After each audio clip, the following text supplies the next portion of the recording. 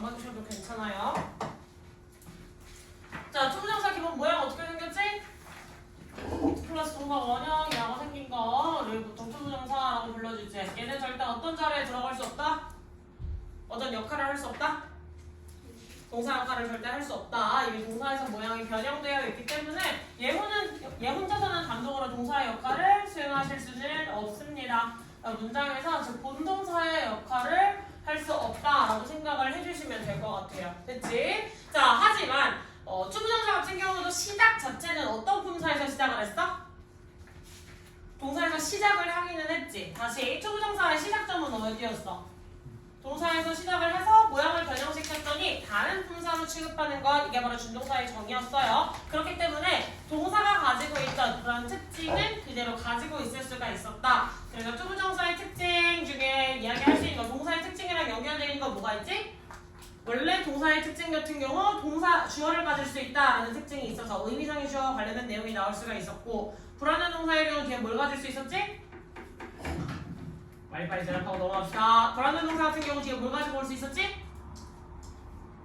뭐를 가지고 올 수 있었지. 그 다음에 타동사 같은 경우는 뒤에 뭘 들고 와? 목적어 들고 오셔야 되겠죠. 그 다음에 동사가 담당하는 거 뭐가 있었지? 동사를 통해서 뭘 표현해주지? 시제를 표현해주고, 그 다음에 태를 표현해줄 수가 있었지. 수도 그냥 일치시켜주는 거, 그지? 태를 표현할 수가 있었어. 자, 동작을 하는 건지 당하는 건지 이런 것들을 체크를 해볼 수가 있었고, 마지막으로 하나의 부정의 위치라고 하면 어디에 붙여줄 수 있었다? 부정어를 붙여줄 수 있었다. 그래서 준동사에도 낫의 위치를 어디에 붙일 것이냐, 이게 되게 중요했죠. 자, 그러면 투부정사의 의미상의 주어가 뭡니까? 그거 왜 써? 의미상 주어. 의미상 주어라는 건 문장의 진짜 주어야 아니야? 그렇지. 문장 속 진짜 주어는 아니라고 이야기를 할 수 있다.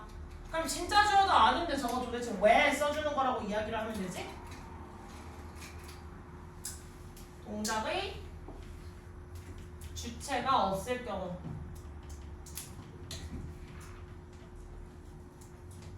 명시해주기 위해서. 해찬아, 명시하다가 무슨 말이지? 그냥 쓰는 거 아닌가? 명시, 눈에 보이게끔 가시화시켜주는 거, 눈에 보일 수 있게끔 뚜렷하게 형체를 써놓고 쓰는 것을 명시해주다라고 이야기를 해주겠지? 자, 그러면 기본적으로 우리가 애기 때는 의미상의 주어 같은 거 안 배웠다. 투부정사 맨 처음 배울 때는 의미상의 주어 같은 거 하나도 안 배웠어. 왜? 왜 안 배웠지? 이미 문장 안에 있으니까 제일 만만한 예문으로 갑시다. I want to open the door. 그럼 여기서 투부정사 어디에 있어, 얘들아? to open the door 여기지. 그럼 오픈이라는 동작을 누가 할 거야? 내가 할 거야. 그럼 나라는 애는 문장 속에 어떤 역할을 하던 애지? 주어 역할을 하던 애지. 다시 말해서 문장 속에 이미 나와 있던 문장 속 주어가 동작의 주체 역할을 했다. 그러면 또 다른 의미상의 주어를 명시해 줄 필요가 전혀 없었다는 거겠죠. 그럼 주어 말고도 또 누구 있었어? I want, 해찬, to open the door. 그러면 여기에서 투부정사 또 어디 있지?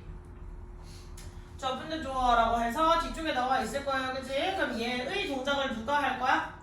해찬이가 할 거야. 그럼 해찬이는 문장 속에서 어떤 역할을 하고 있던 애지? 의미상 주어? 목적어 역할을 하고 있던 놈이겠지. 주어, 동사, 목적어, 목적격 보어잖아. 됐어? 안 보이면 맨 앞으로 나와도 돼. 그건 또 부담스러워, 그치? 아이, 두고 보자. 자, 그래서 얘는 문장 속 무슨 역할을 하고 있던 애야? 목적어 역할을 하고 있던 애예요. 그리고 추가적으로 간다면 일반인에 대한 경우에 있어서 그 동작을 행할 대상이 누구에게나 다 보편적인 경우, 사람을 죽이는 것은 불법이야 라고 하면 뭐 특정 사람만 사람을 죽이면 안 돼? 모든 사람은 누구에게나 통용되어 있는 얘기겠지. 무슨 말인지 했어? 그래서 누구에게나 통용된 이야기를 했을 때 일반인일 경우에도 우리는 의미상의 주어의 모양을 따로 살려서 써주지는 않습니다. 자, 그러면 의미상의 주어의 모양을 살려서 쓸 경우에는 이렇지. 문장 속 주어나 목적어도 아니고 일반인이 그 행위의 주체라고도 이야기를 할 수 없을 경우에 의미상의 주어를 살려서 써줄 거예요. 자, 투부정사 같은 경우는 그 앞쪽에다가 어떤 모양을 추가적으로 써준다? for 플러스 명사, 그 다음에 오브 플러스 명사 이렇게 써주실 수가 있겠죠. 둘 중에 제일 많이 쓰는 애는 누가? 더 많이 쓰는 애. for 명사가 제일 일반적인 경우겠지. 그럼 우분명사는 어떤 경우에 쓰지? 그렇지. 앞쪽에 있어야 돼. 앞쪽에 누가 있어야 돼? 사람의 성질을 알려주는 뭐가 있어야 돼? 형용사가 있어주셔야 돼. 됐어요? 성질이나 성품 따위를 알려주시는 형용사가 있어야 돼. 그럼 예시에는 뭐가 있어? 성질을 알려주는 형용사. 뭐 kind라든지 thoughtful 아니면 polite, impolite, rude, foolish 막 이런 단어를 다 나올 수가 있겠지, 그지? 여러 가지 사람에 대해서 우리가 표현할 수 있는 단어들 생각을 해보시면 되겠다. 그래서 쓰는 경우 이런 식으로 보시면 이시 지금 문장의 주어기는 한데 얘는 진짜 주어야 아니야? 진짜 주어 아니야? 이제 뭐였지? 가주어였지. 가주어가 동작의 주체 될 수 있어요? 없어요? 안 되겠죠. 그러니까 이 to 부정사 to play with scissors 가위를 가지고 노는 것이라는 동작을 해낼 대상이 추가적으로 필요했네. 그래서 이 동작을 누가 할 거야? 라고 봤더니 애기들이 가위 갖고 노는 건 안전하지 못해 라는 질문이겠지. 그래서 이런 식으로 문장에 주어라고 이야기를 할 수 있는 애가 동작의 주체가 안 될 경우에 우리가 살려서 써주는 거, 불명사의 형태로 써주는 거 이런 것들을 의미상의 주어라고 하겠다. 됐습니까? 어렵지 않지? 동명사의 의미상의 주어는 그냥 같이 문제를 엮여 있으니까 한번 읽어보시는 정도면 되고 문제 풀리더라도 크게 스트레스 안 받으셔도 돼요. 좀 더 긴 예문으로 한번 체크를 해보고 싶다 할 경우에는 이미 예문 들어가 있으니까 한번 읽어보시면 충분히 이해하기 편할 겁니다. Driving in a storm 그러면 폭풍우 속에서 운전을 하는 거 그건 뭐 안전한 사람이 있을까? 태풍이 몰아치고 막 회오리바람 몰아치는데 그 안에서 운전하는 게 다 안전할까 얘들아? 당연히 아니겠지. 보편적 일반인 누구에게나 통용되는 이야기겠죠? 그렇기 때문에 폭풍우 속에서 운전을 하는 것은 위험하다라고 해서 이런 식으로 드라이빙이라고 하는 동명사의 의미상의 주어가 없는 경우에는 일반인을 가리키고 있는 경우였겠다. 됐습니까? 그래서 문제 쭉 한번 헷갈리시면 읽어보시고 문제 쭉 풀어주시면 될 것 같습니다. 이렇게 아래 있는 문제 쭉 풀어주시고 그 다음에 내려가셔서 여기 어디지? 여기 없나? 여기 없나? 여기 아닌데 무슨 페이지였나? 네 여기네. 자, 그 다음에 니네 시험 범위가 명사절 접속사 왜들 나와 있었을 거예요. 그치? 자, 명사절 접속사라고 하면 그 위에 상위 카테고리를 한번 얘기해볼까? 명사절은 어디에 속해 있지?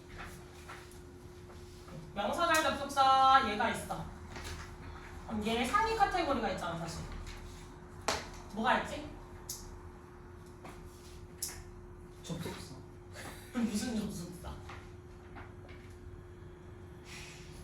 언니들 상관 접속사? 아니야! 틀렸어! 뭐야? 무슨 접속사야? 그럼 명사절 접속사 말고 또 뭐 있어? 등위 접속사. 부사절 접속사가 있겠죠? 네, 그 다음에 또 뭐 있어요? 사실 형용사절은 관계사절로 빠질 거기 때문에 얘는 괄호를 쳐놓고 우리가 무시를 하는 경우가 굉장히 많죠. 됐어? 그럼 명사절, 형용사절, 부사절을 묶었을 때 상위 카테고리가 무슨 접속사? 그렇지 뭐라고? 어디서 나왔는데 안 나왔니? 늦지? 윤영이 뭐라고? 아니야? 절이래요 절. 한국 1학년? 정신 안 차릴래? 희주야 문제 푸는 애 지금 집중할 때 아니다. 설명이 제일 중요한데 자꾸 문제 풀고 집에 빨리 갈 생각만 하지 마라. 너희 씨 무슨 접속사야?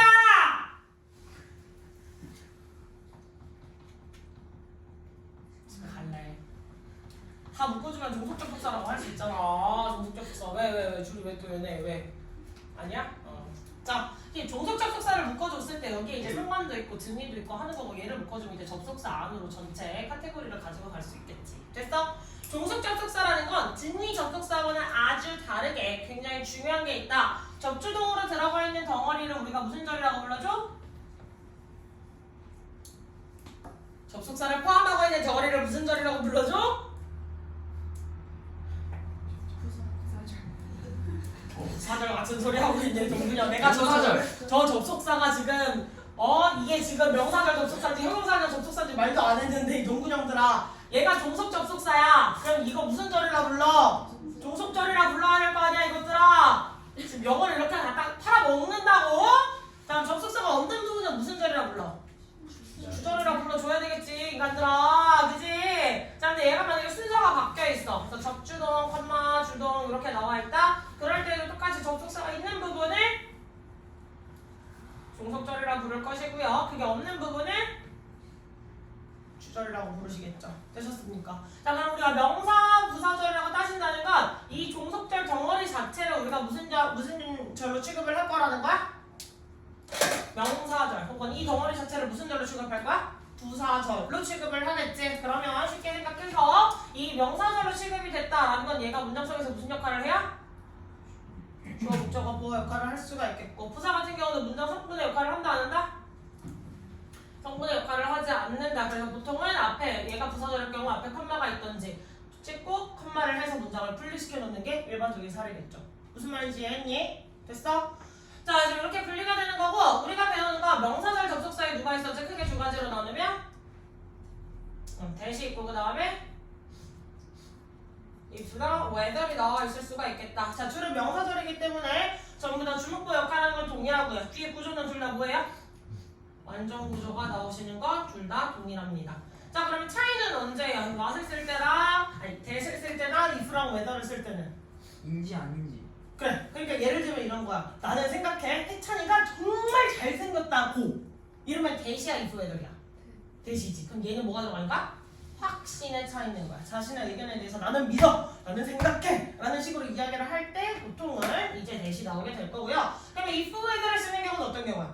야, 너 궁금해. 해찬이가 잘생긴 건지 아닌지가 너무 궁금해. 말할 수 있어 없어? 그럼 I wonder, I don't know, 나 잘 모르겠어. 해찬이가 잘생긴 건지 아닌지 이렇게 이야기할 수 있잖아. 그래, 보통의 뉘앙스가 뭐야? 얘는 확신이 없어. 약간 의아하는 거. 이렇게 묶어 있을 때. 뭔 말인지 했어? 나는 얘가 잘생겼다고 생각해! 라는 확신이 차 있으면 되신 거고, 잘생긴 거야? 아닌 거야? 라고 이제 나올 거면 if whether를 쓰는 거고. 뭔 차이인지 알겠니? 그래서 구조상으로 구분이 안 갈 거야. 얘도 뭘 해줘야 돼? 해석을 잘 해줘야 될 거고, 보통은 목적어절 자리에 들어가 있게 될 경우에는 동사를 잘 봐주셔야 되겠죠. 그치? 동사를 잘 봐주셔야겠다.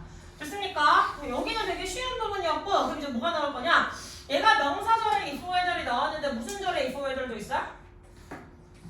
부사절에 if도 나와 있고, 얘 당연히 완전 구조겠지. 그 다음에 부사절에 whether도 당연히 나오실 수가 있겠다. 그 다음에 부사절에 that도 사실 나오실 수 있습니다.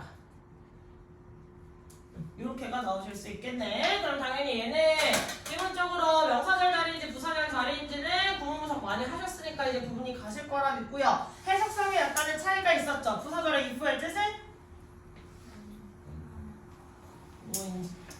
만약 보물하면 얘는 무슨 절 접속사라고 하지 보통? 조건절 접속사라고 하겠지. 그럼 같이 뭐가 떠올라야 돼? 조건절 접속사. unless가 떠올라야 돼. 조건절 접속사 나오면 되게 중요한 조건이 하나 있잖아요. 나 같이 외우고 있어야 되는 거. 그래, 시조혐의가 바로 튀어나와야겠지. 시조혐의가 뭐였어? 시제. 시간이나 조건의 접속사에서 그지 시간이나 조건의 부사절에서는 현재 시제가 미래 시제를 대신한다. 그렇지. 그러니까 이 조건으로 쓰였던 if가 나와 있을 경우 누구는 쓰지 못해? 위를. 그렇지. 아이고 잘한다. 그래서 위를 쓸 수 없다. 그지? 이거 기억하셔야 되고. 자, 그 다음에 부사절의 whether는 명사절의 whether랑 사실 의미는 그렇게 별로 다르지 않아요. 보통 뭐인지 아닌지라는 뜻으로 해석이 될 거고 양보절로도 해석이 될 거기 때문에 얘는 해석상으로는 크게 차이가 없다. 다만 whether부터 들어가 있는 덩어리가 컴마로 찍혀서 분리가 되어 있느냐 안 되어 있느냐 정도로 살펴주시면 되겠고요. 마지막으로 부사절의 덱 같은 경우는 혼자 돌아다니지 않아요. 앞쪽에 보통 세트를 묶어놓고 다닐 텐데 얘가 딱 붙어있는 소덱 같은 경우도 부사절이지. 그 다음에 떨어져 있는 소덱도 부사절이지. 그 다음에 얘가 사이에 강조하고 싶은 게 명사면 서치댓으로 넘어갈 거고 바로 앞에 in을 붙여서 뭐뭐라는 점에서 나오듯 붙여서 뭐 이유 접속사 이런 식으로 앞에 다른 단어들과 합성이 되는 형식으로 부사절 접속사 나올 수 있겠습니다. 됐니? 자, 그리고 여기에서 끝나면 좋겠는데 얘네 둘이 늘 비슷하게 함께 쓰일 수 있다고 하잖아요. 그지? 근데 얘네들 꼭 함께 쓸 수 있니? 그건 아니었지. 바꿔 쓸 수 없는 경우들이 분명히 있었습니다. 이후에 예문 나와 있으니까 이거 보면서 같이 내려가 보도록 할게요. 네 가지 경우 기억해 주셔야 되지. 바꿔 쓸 수 없는 경우. 이거 지금 지워도 되니? 지워도 되지?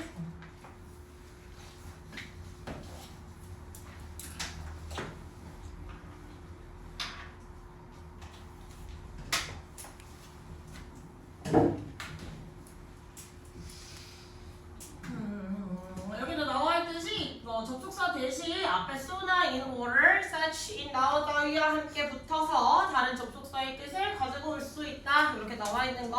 읽어보세요. 설명들 읽어보고 넘어가세요. 아시겠죠?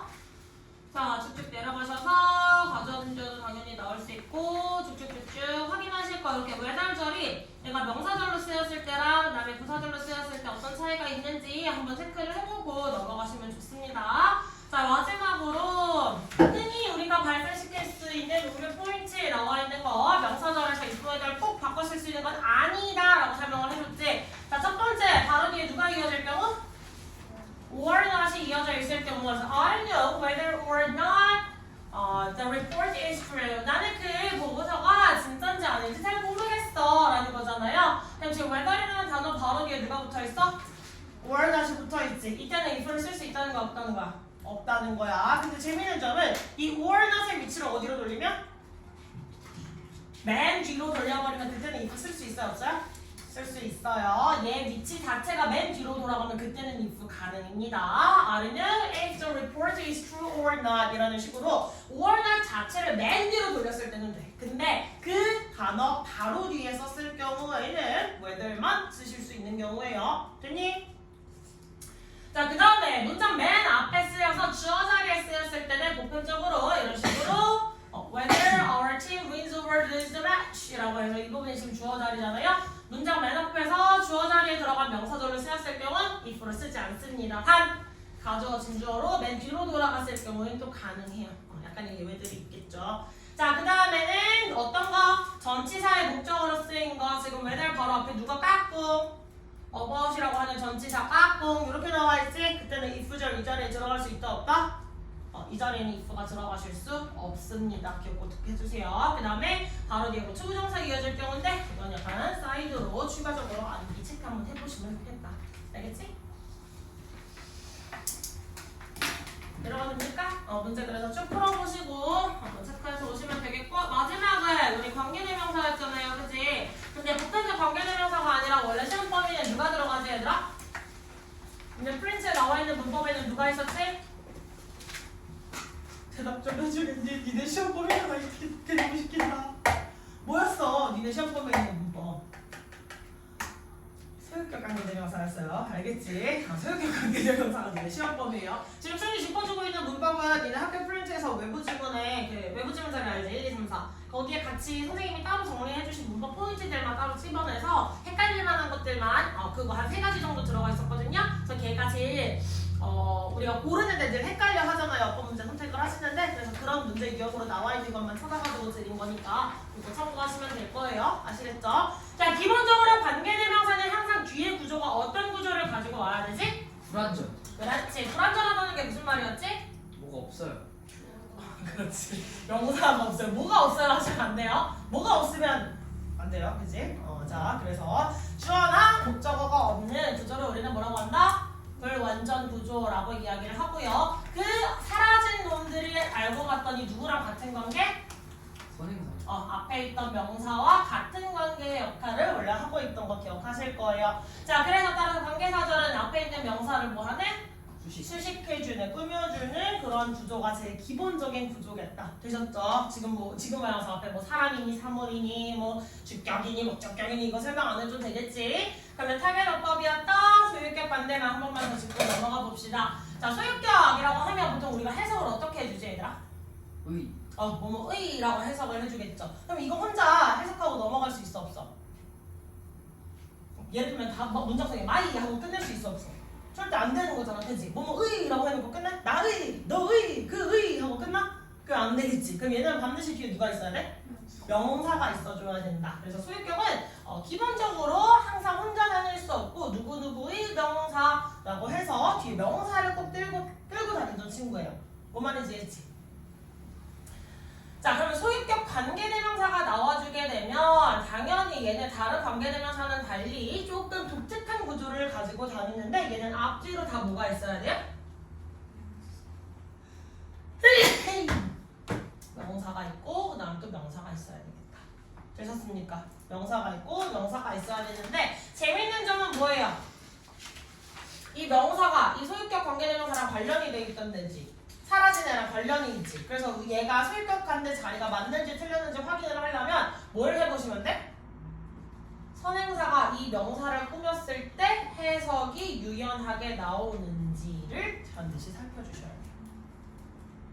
이 명사의 명사라고 하는 해석이 똑바로 나오는가 이거를 꼭 살펴보세요. 아시겠죠? 이제 문제 풀 때 팁이야. 알겠지? 그래서 소유격관계는 앞뒤로 명사를 가진 구조다. 이거 기억하시면 되겠고 학교에서 오브리치랑 후즈 차이 설명해줬니? 안 해주셨죠? 그럼 오브리치랑 후즈 차이 체크하는 것까지는 너무 딥하게 안 들어갈게요. 단! 앞에 선행사가 사물일 때 후즈 쓸 수 있어 없어?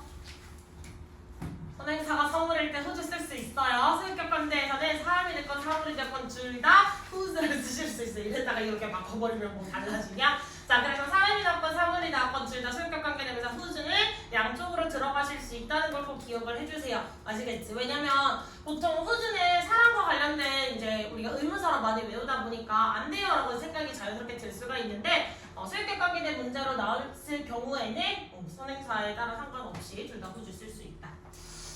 한번 체크해 두시고 소유격관계 문장이 어디 없나? 어디 있었는데 이거 못 가지고 소유격관계 여기 나와 있다. 그리고 예를 들면 아까 선생님이 말을 해준 게 뭐냐면 지금 후즈를 기준으로 앞에 누구 있어?